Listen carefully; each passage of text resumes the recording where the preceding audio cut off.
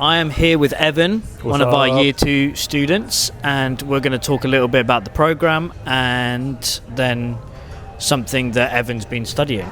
So, yeah, you've been doing a Christian Doctrine program recently, so I've been asking some of the other students, what's been your favourite doctrine and why? Favorite doctrine has been Anthropology. Not the clothing store, but the study of humanity and people through a Christian worldview. Seeing how every person is made in the Imago Dei, the image of God, and how the church and we as individuals, like the Big C Church and individuals, are to live that out in daily practice in community with people.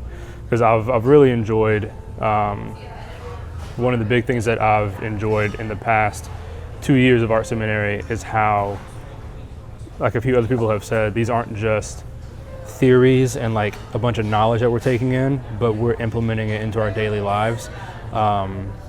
Because the theology isn't lived out in practice, then it's almost a miss, or not a waste, but like there's more that could be done with the knowledge that you have. If it's not actually affecting your daily life, then we're not using it to our fullest extent. Yeah, thank you. That's great. And you've kind of been on a journey the last couple of years with looking into the roots of black theology and really trying to explore that world.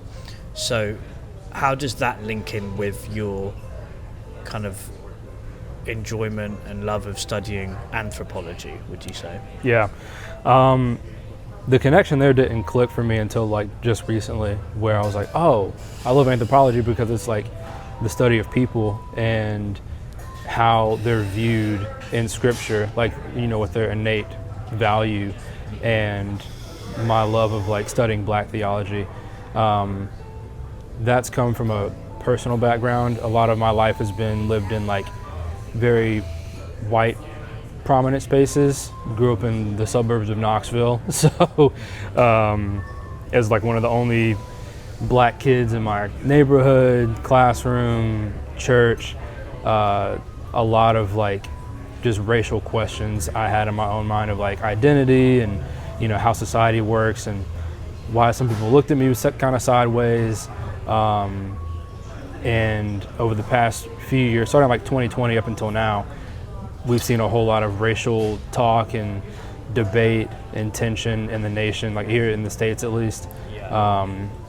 And that's kind of pushed me further into seeing, okay, well, why is the church that I kind of grew up in, like, the evangelical church, being silent on some of these issues that are obviously degrading towards people's Imago Dei? If everybody is made in the image of God, then like, why are we not advocating for that as a whole? And so I've been doing a lot of research into black theology. One of the books that we read in the first year program, or one of the elective books, was Reading While Black by Esau Macaulay. And that opened my eyes up to a lot of questions that I had. Like, it brought some answers and brought some clarity, especially when it comes to some of what Paul says about like slaves obey your masters and things like that.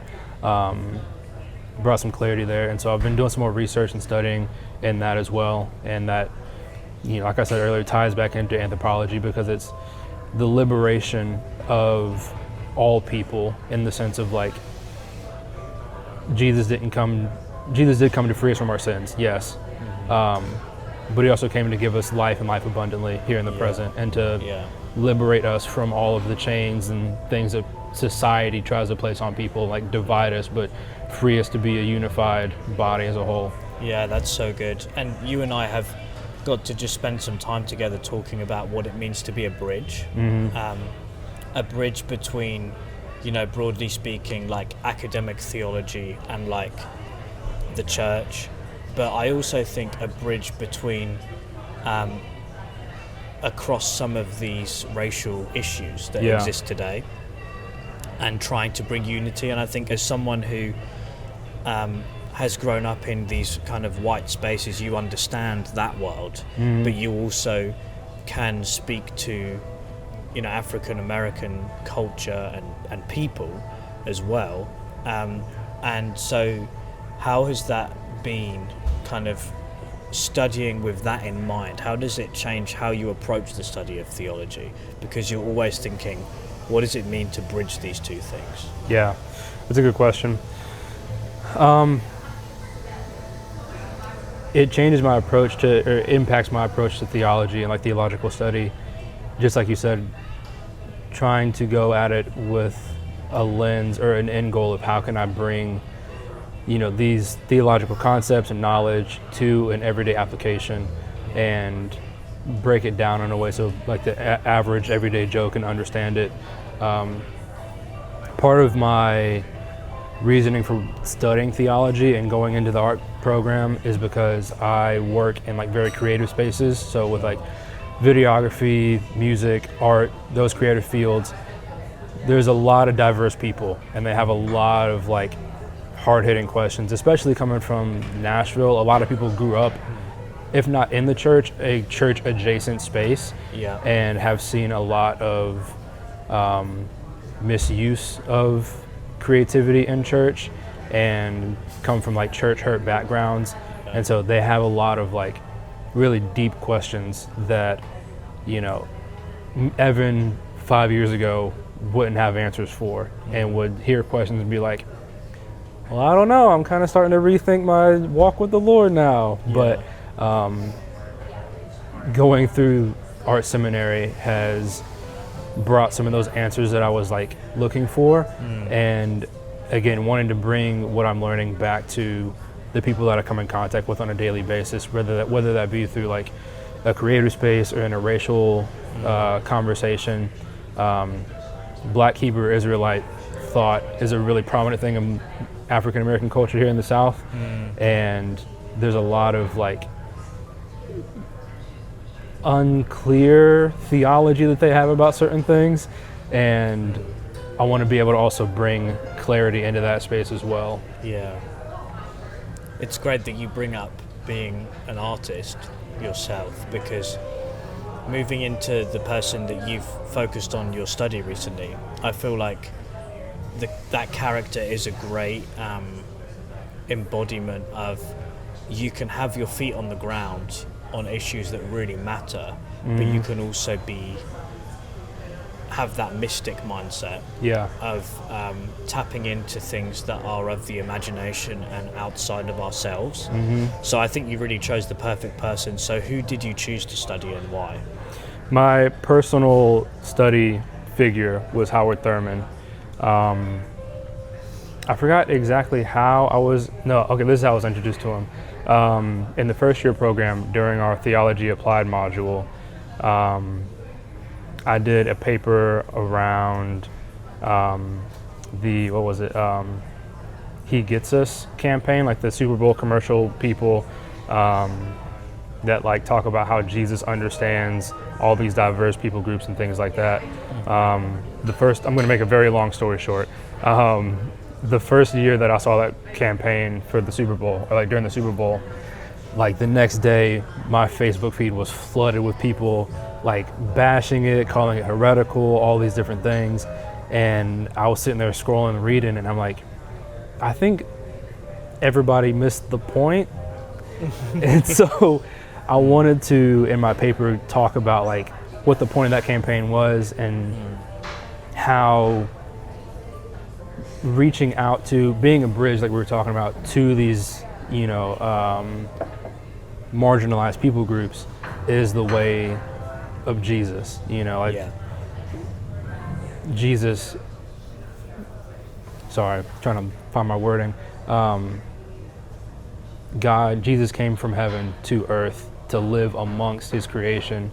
We should do the same, and like going from our comfort spaces to other people groups and, living a part of being with, doing ministry with them.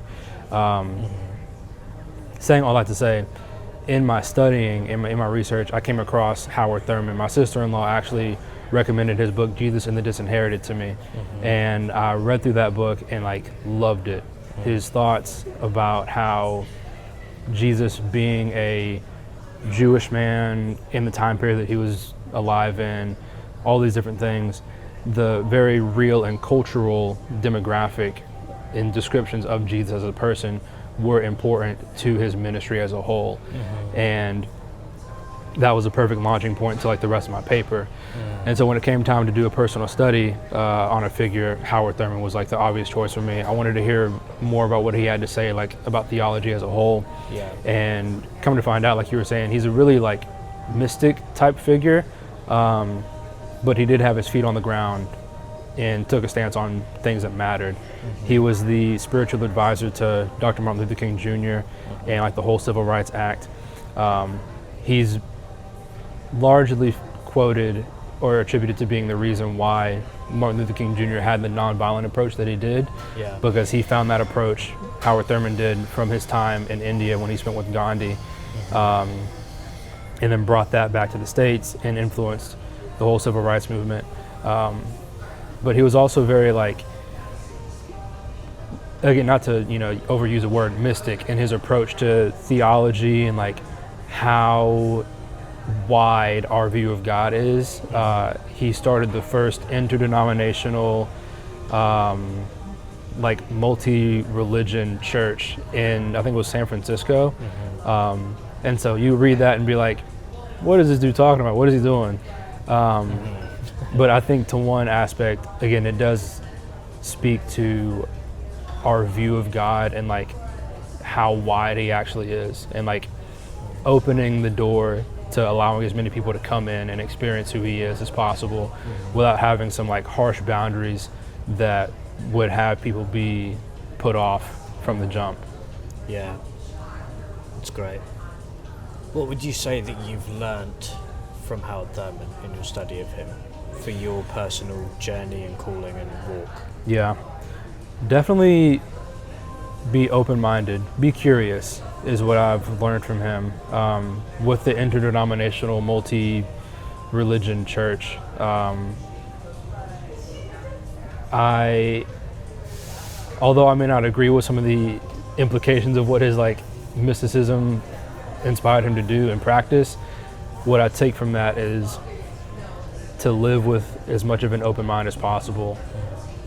Not to say that theology and like theological borders aren't important, because they are. It's like the structure of what we believe. That's what we're studying in this Christian Christian doctrine module. But at the same time, God is so much broader and vast than we could ever imagine or try to comprehend. And so live with the borders that the early church fathers have set up, but also in tandem live with the wonder of anything is possible. Yeah, that's great. I think you really balance that well.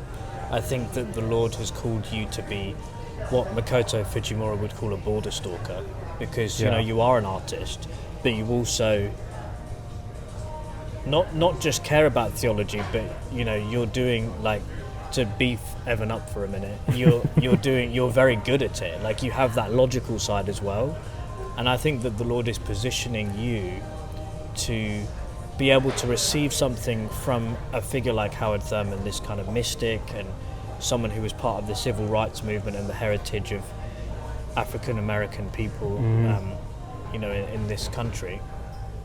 But then also the side of like, okay, these are the doctrines of the historical church, and why is that important? How does it speak into the different subcultures that we live amongst, like the Hebrew Israelite one, for example.